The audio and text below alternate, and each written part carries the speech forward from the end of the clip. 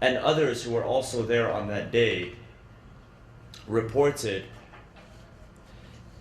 eventually they became part of the larger narrative, and that narrative is the account of what happened to Imam Hussein and his family members and companions on that day, and what happened after that day as well. So some ask the question is that if there were no surviving male members from the family or the companions of Imam Hussein, then who narrated the events which took place? Well, there were a number of people that narrated. One is reporters, such as Hamid ibn Muslim. Others were those that were present on that day that fought against the Imam. Because what you find later happened down the road was that when vengeance was sought, and when those who perpetrated the crimes on that day were put to justice a few years later, they admitted, many of them admitted out of guilt exactly what they had done. They provided the details for what they had done. And so reports were taken from that. But there are no greater reports than the reports of the Imams themselves that came after. So the report of the fourth Imam, Imam Zayn al-Abidin alayhi salam, who was there on that day and who was ill and could not fight, but was there to witness everything that happened. Likewise, the traditions of the fifth Imam, Imam Muhammad al-Baqir as well. The traditions of the sixth Imam, Imam Ja'far al-Sadiq alayhim as-salam. Their reports, and the question then becomes, well, where did they receive their reports from? Simply to the fact that they were divinely inspired, that they received reports one from another.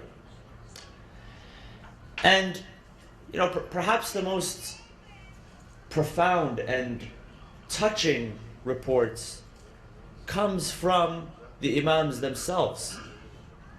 You know, the way that the tragedy is described through their words and through their expression is different than the way that it is described in the expression of narrators who were there, who simply happened to be there on that day. And there's, you know, so much detail, so much personal detail. It's you know, it's amazing. And when we take into the fact that the Imams were not speaking simply to arouse emotion or to over-exaggerate a certain point, they addressed things as they were in all areas of their life. There was never an exaggeration. In all areas of their life, they told it as it was. And so when you look at these reports, it really has a profound effect. The fifth Imam, for instance, just as an example, this is just one example, the fifth Imam describes the state of his uncle Al-Abbas when he was fetching water. He says that when he put his hands through the river, and he felt the coolness of the water, he says that the heart of my uncle Al-Abbas was like a burning piece of charcoal. That's the heat and the thirst, that the immense heat and thirst that he felt on the inside, but still he was willing to toss the water, to give up the water, because he could not see himself to quench his thirst while his brother was thirsty. And these are details which are narrated through the words of the Imams. They're not narrated through any other means. So really, when you take into consideration what they said, just look at, for instance, the supplications, the ziyarat, the visitation which is recited when one visits the Imam. These are narrated from the Imams themselves. In one of them, the sixth Imam, Imam Sadiq, he has a number of ziyarat which are narrated, which he encouraged to be recited. And in one of them, he says the following to Imam Hussein alayhi salam, addressing his grandfather and addressing the family members and the companions. He says, I bear witness, ashhadu, لَقَدْ اقْشَعَرَّتْ لِدِمَائِكُمْ أَظِلَّةُ الْعَرْشِ. He says, I bear witness that the arsh, and however you want to describe the arsh, the throne of God, the celestial realm, the foundations of that has been shaken because of your blood that has been spilled. So, to the Imams, it was not a matter of poetic expression. It was not a matter of exaggeration. It was a matter of telling the event as it was. What that tells us is that when you look at the battle that took place, on the surface, for some people, it looks like a political battle. It looks like a political struggle. If you were to see it completely as an outsider, with no prior understanding, with no context put into place, most people would probably look at it as a political struggle. And that's why even among Muslims, I'm not talking about non-Muslims, even among Muslims there are those who throughout the history said that he fought and it was a political struggle. Some even go to the extent to say that he fought and was murdered by the sword of his grandfather, meaning that he crossed his boundaries and he went out of line, and this is what happened. Because this is politics usually, there's a winner and a loser. But looking at the words of the Imams, we notice that there's such a profound effect to what happened on that day. So it was much larger than just something which was political. It was manifestation of good versus a manifestation of evil. And when you look at both sides, and when you begin to weigh in and take into consideration what happened, you realize that it was much bigger than just a political battle. It was truly good versus evil. You look at Imam Hussein alayhi salam and his family members and his companions, the people that fought on his side.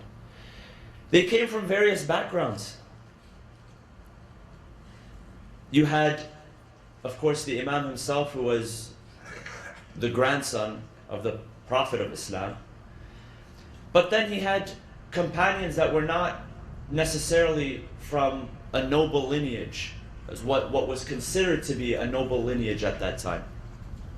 Joan, for instance, who used to be a servant of Abu Dhar, who was a companion of the Prophet, and then after Abu Dhar passed away, Joan worked in the households of the Imam. So first in the household of Imam Hassan, and then in the household of Imam Hussein. And by the way, Joan, by the time Ashura happened, Joan was already a free man. People referred to him as the slave. He wasn't a slave, he was a free man. But after earning his freedom, because of the love that he saw, because of the nobility that he saw, he decided to stick around. He didn't want to abandon the people that he had loved to serve throughout his life.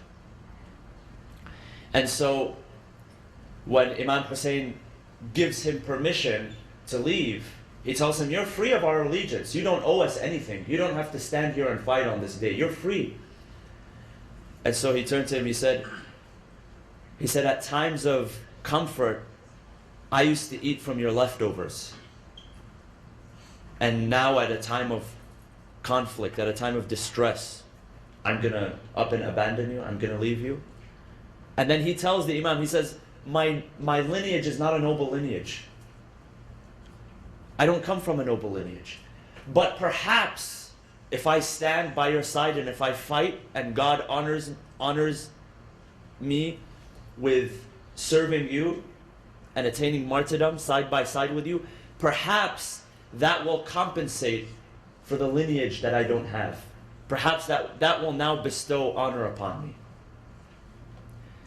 This was one man. Another man who was Christian, and he joined the ranks of the army of the Imam, and he fought side by side, and he fell side by side with the Imam, him and his wife. And his wife was the first lady to fight in the battlefield side by side. Another man, Zuhair ibn al-Qayyin, who was not a follower of the Ahlul Bayt at all. And the journey that the Imam took, in one point, in one stopping point. He comes into contact with the Imam, and out of a few words that the Imam has with him, he completely changes his path, and he becomes one of the commanders of the army of the Imam on that day. So different backgrounds. This is to tell us that there's no one standard.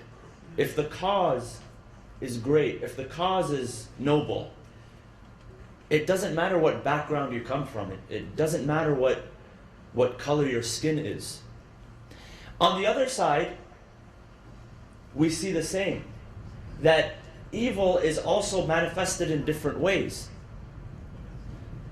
So when you commemorate Imam Hussein, when you honor his struggle, when you honor his sacrifice, when you're standing up against something, know that you're not only standing up against one thing named Yazid ibn Muawiyah. That's not the point of commemorating the tragedy on the day of Ashura.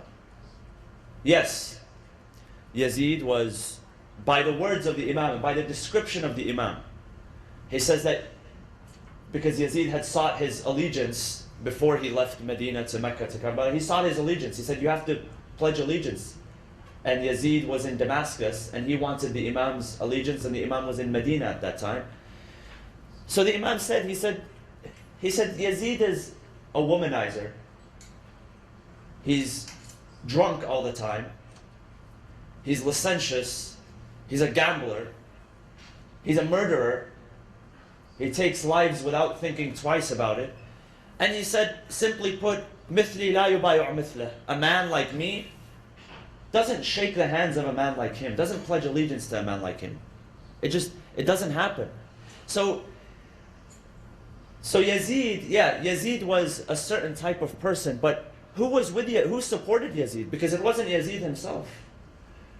It wasn't him by himself. Who supported Yazid? Well, if you look to the other side of the battlefield, you'll also find different types of people.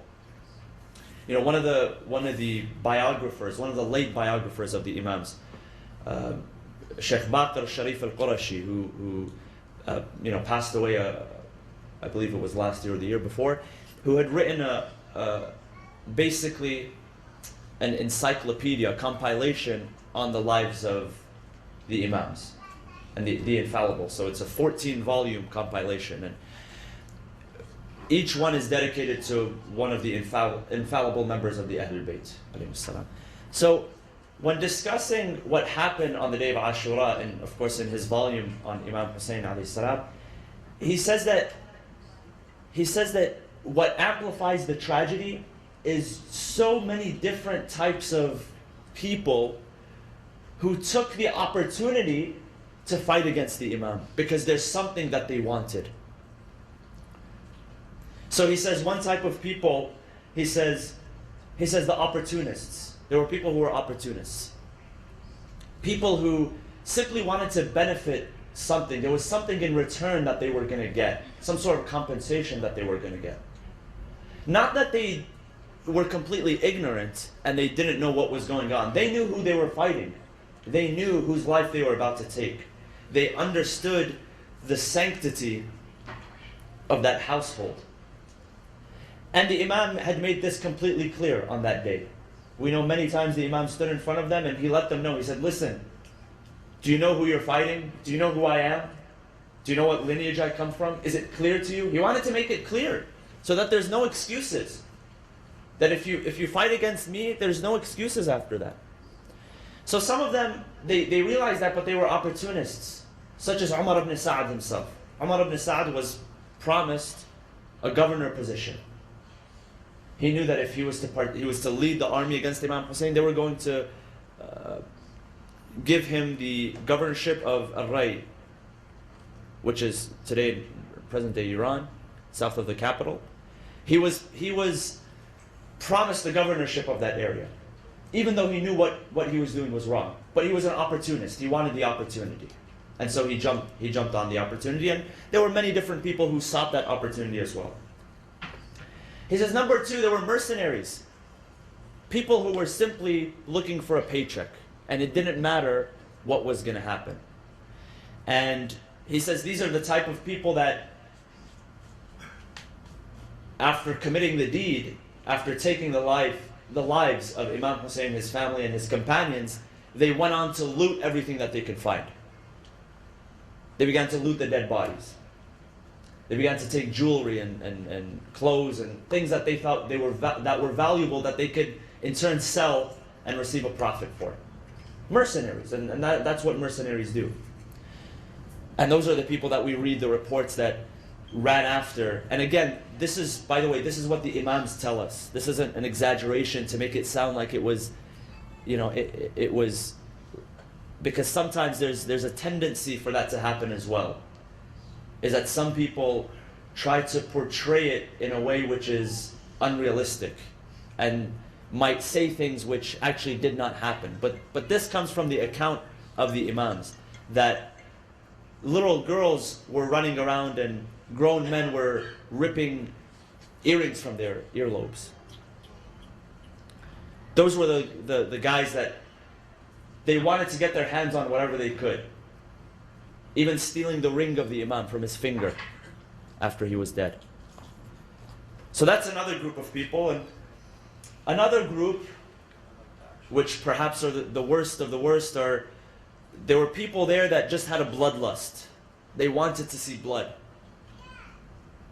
And history has shown us all sorts of people who have a bloodlust, who will take advantage of any opportunity to show their true nature on the inside. And today it happens all across the world.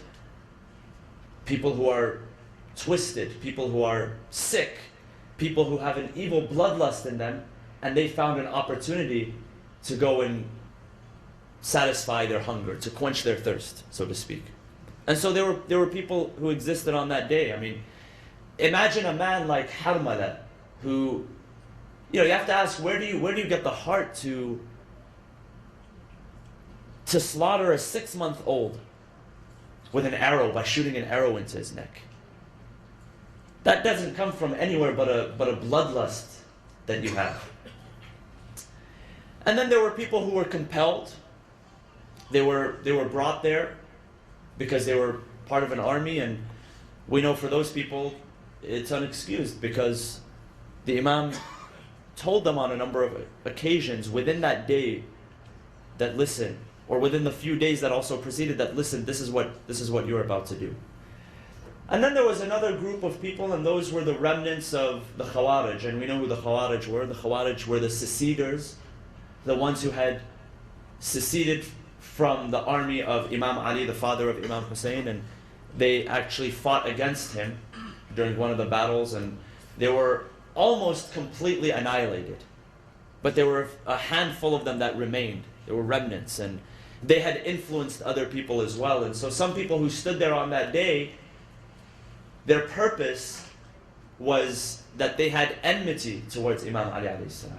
Because the Imam told them, Imam Hussein told them, he said, listen, I am the grandson of the Prophet. You realize this? I am the grandson of Khadija. Do you know which family I come from? And they said, yes, yeah, we know it. We know your grandfather, we know all of that, but we don't like your father for what he did to us. He fought against our fathers, we have to fight back. And that's why when they brought the army of, when they brought, the family of Imam Hussein to Damascus, and when Yazid saw the family, when he saw the woman, he began chanting and cheering. And he said, "La khabarun ja' wa la wahyun nazal." He said, there's no such thing as revelation. This whole revelation thing that Muhammad was talking about is non-existent. And this is the one that some insist until this day they call Amir al-Mu'mineen, the commander of the believers. La khabarun ja' wa la wahyun nazal. He says there was no revelation. This is all a hoax. This is all made up. And he said that I wish this scene that I'm witnessing right now, I wish my masters at Badr, who were the opponents of the Prophet, could now witness this. The revenge that I have taken upon the family of the Prophet. So for him it was revenge. It was satisfying that need that was in him, that desire, that evil desire that was in him. But what this tells us is that it wasn't just what we perceive it at the surface, that there were two groups that were fighting politically. I mean, it was much, much bigger than that. On the side of Imam Hussein alayhi salam, different types of people, they're all united. On the side of Umar ibn Sa'd, there were also people who were united in a cause. And on that day, Imam Hussein said that, the wrath of God, because in the Quran we read about the wrath of God towards different nations and towards different tribes for different things that they had done. So Imam Hussein quotes on that day, he says, the wrath of God is upon this group of people because they did this, and that group of people because they did that. He says the wrath of God will be upon the nation of the Prophet because they united in fighting against the grandson of their Prophet. He says that's where the wrath of God will happen, with this nation, this current nation. So again, it's many moving parts, many different players, but what that tells us is that it's not in the name. So you find that until today there are people who, regardless of their background, regardless of their faith, regardless of what school of thought they have, whatever, regardless of what ayatollah they follow, there are opportunists among them. There are people who are like mercenaries. They're looking for a quick buck, and they're willing to screw people over for that. So what does that tell you? It tells you that what Imam Hussein was fighting against wasn't just a name. He wasn't fighting against a brand. He was fighting against the type. And that type can exist in anyone. It can exist in a Muslim, it can exist in a non-Muslim. So the message is much, much larger than what we perceive it to see. And really what we should be asking ourselves, if we want to truly evaluate ourselves, is based on my ethics and based on my morals and based on my personality and based on my habits and based on what type of person, what type of individual I am I going to find myself on one side of the camp or on the other side of the camp? Because we all say to Imam Hussein that we wish we were on your side. Ya laytana kunna ma'akum. We all say it. But that means that I'm willing to do the things which are necessary to define who I am as an individual, to be able to then count myself as a part of your camp. If not, if I'm an opportunist, if I have the attributes of an opportunist or a mercenary or someone like that, then I'll most likely end up on the other side of the battlefield. And that requires a little bit of self-evaluation. So we ask Allah subhanahu wa ta'ala to allow us to evaluate ourselves. We ask Allah subhanahu wa ta'ala to make clear for us our priorities. بسم الله الرحمن الرحيم والعصر إن الإنسان لفي خسر إلا الذين آمنوا وعملوا الصالحات وتواصوا بالحق وتواصوا بالصبر وصلوا على محمد وآل محمد. اللهم صل على محمد وآل محمد. اللهم صل على محمد وآل محمد. اللهم صل على محمد وآل. بسم الله الرحمن الرحيم. الحمد لله رب العالمين، نحمده ونسبحه ونقدسه على آلائه ونعمائه، ونشهد أن لا إله إلا الله وحده لا شريك له، ونشهد أن سيدنا محمدا عبده ورسوله. اللهم صل وسلم وزد وبارك وترحم على محمد وآل محمد كما صليت وسلمت وباركت وترحمت على إبراهيم وآل إبراهيم في العالمين إنك حميد مجيد. وصل اللهم وسلم على أوصيائه وخلفائه وعترته وأهل بيته، علي أمير المؤمنين وقائد الغر المحجلين، وعلى البضعة الطاهرة فاطمة الزهراء سيدة نساء العالمين، وعلى سبط نبي الرحمة وسيد شباب أهل الجنة الحسن والحسين، وعلى علي بن الحسين ومحمد بن علي وجعفر بن محمد وموسى بن جعفر وعلي بن موسى ومحمد بن علي وعلي بن محمد والحسن بن علي والخلف الهادي المهدي، عجل الله تعالى فرجه وسهل مخرجه وجعلنا من أنصاره وأعوانه. عباد الله، أوصيكم ونفسي بتقوى الله عز وجل. Following up to what we were just speaking about, and that is that not looking at what happened on that day on a surface level, you find that Imam Hussein alayhi salam, on the surface, yes, he was a warrior, and he was brave, and he was courageous, and he was committed. But we also have to understand that that bravery and that courage and that conviction came from somewhere. And that on the inside, Imam Hussein was a man of great spiritual strength. Not only was he, of course, physically strong, and to endure what happened on that day required mental strength, it required mental toughness. Spiritually, the Imam was very strong. And just to point to one example, really a treasure chest in the supplications of the Ahlul Bayt alayhimus salam is the supplication of Imam Hussein on the day of Arafat. Imam Hussein had a certain supplication on the day of Arafat, which is the day before Eid al-Adha, the Feast of the Sacrifice, during the Hajj season. And it was a supplication which he taught to his companions on that specific day. So the narration, if you read the narration, it's narrated by two brothers who were companions of the Imam, who happened to perform the pilgrimage with the Imam. And they witnessed him as he walked out of his tent on that day under the sky, under the sun. And when he recited the supplication, it's really, I don't know how to really describe it, because this isn't something that the Imam had to write and compose. Sometimes when you're writing a letter or when you're writing an email, you have to delete a sentence and add a sentence, and you sit there, should I send this email? And then no, you have to write it again. Or if you're writing a paper for school, it's the same thing. Did I say the right thing? But you find that with the Imams, whenever they taught a supplication, or they would always teach through recitation, it was not like they had to think of something and write a script before. It was like they were having a natural conversation with God. And that reveals how much they knew about God, that they can speak and recite in a certain way.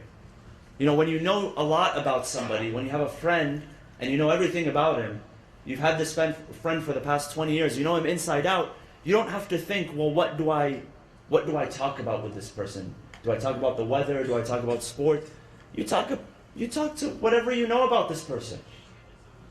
That's what makes that person a close friend, an intimate friend. So that's the kind of supplication that this was.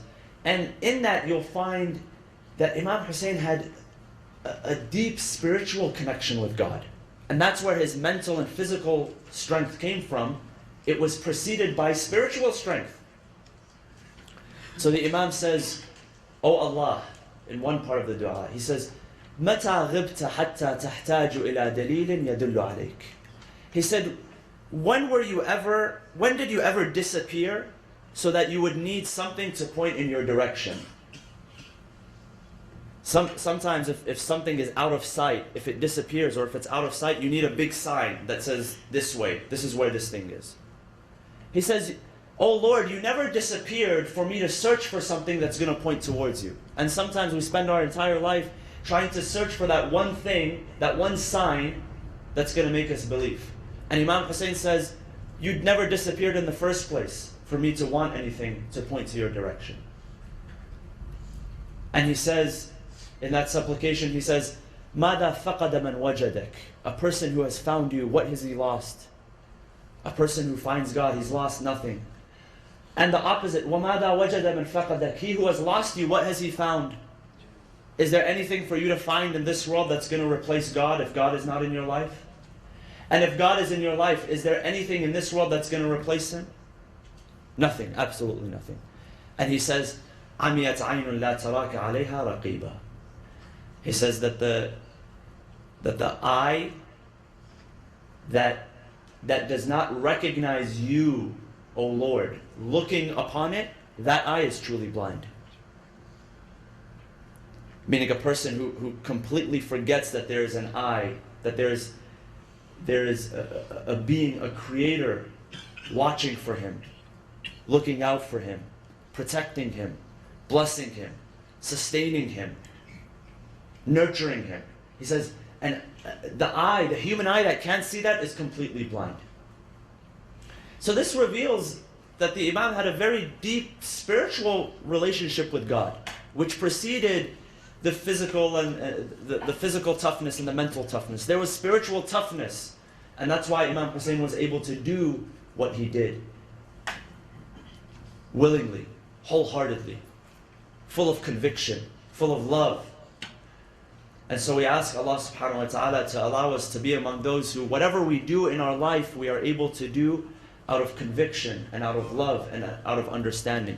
We ask God to allow us to strengthen ourselves spiritually so that we can strengthen ourselves for the world. And we ask Allah subhanahu wa ta'ala on this day to bless us and to bring healing to all those who are suffering around the world.